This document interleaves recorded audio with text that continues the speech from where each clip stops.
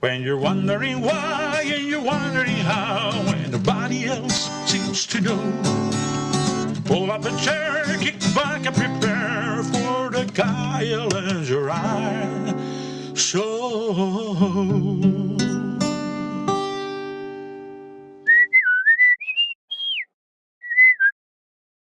Hey guys, I'm Gerard. This is Kyle. What's going on? You're watching the Kyle and Gerard show. Yes. All right, guys. So today's question, something you've read, any form of text. It could be a book, it could be a poem, it could be a quote, it could be a meme, it could be literally anything. Text message, anything. Something that has changed your perspective on life. It could be a big change, a small change, or like something life-altering. This is what people had to say. What's something you've read? It could be a poem, it could be a book, it could be a meme that's like changed the way you look at life or like your perspective on certain things. It's not really like a quote, it's like a saying that people only be there for you when you're there, when you have something to offer them. You understand what I'm saying? Yeah. And then like I always tell myself, well, I never like really read this or anything, but I always tell myself that you always have to want more for yourself. Like no matter what people want to do for you, if you're not willing to do what you want to do for yourself, like it's nothing ever's gonna like come out the way you expect it to be or the way you want it to be. Actually, I was reading an article recently that was sent to me, my boyfriend sent to me about fiscal conservatives and social liberalists. I guess it kind of changed my perspective. I always kind of considered myself like a fiscal conservative but socially liberal. And I read this article about it and it totally changed my mind. I feel like really ignorant and it kind of opened me up to getting into politics. So yeah, it was really kind of interesting and yeah.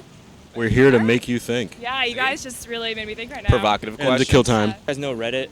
Yeah. Okay, yeah. So Reddit, there's a huge deal right now where the CEO was not being transparent and just not in touch with its community.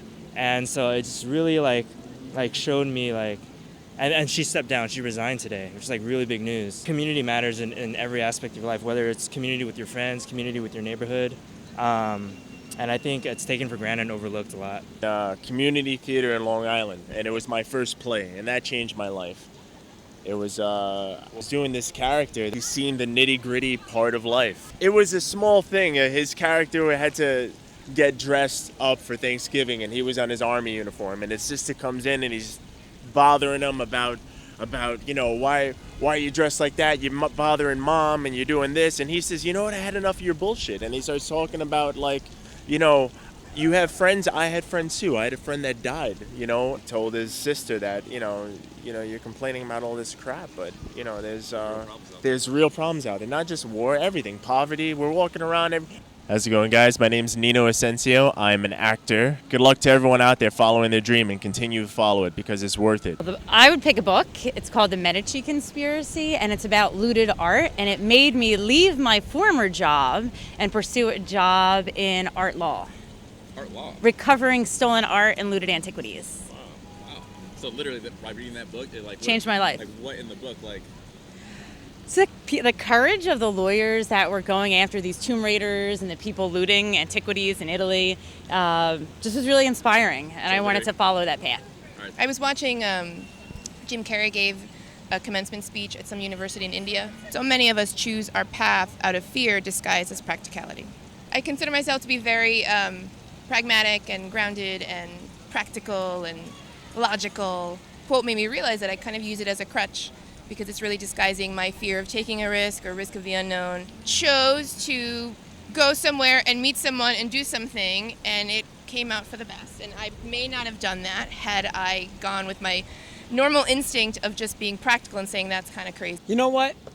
There's one really great quote, and I always tell people this. If you save one life, it is as if you had saved the world.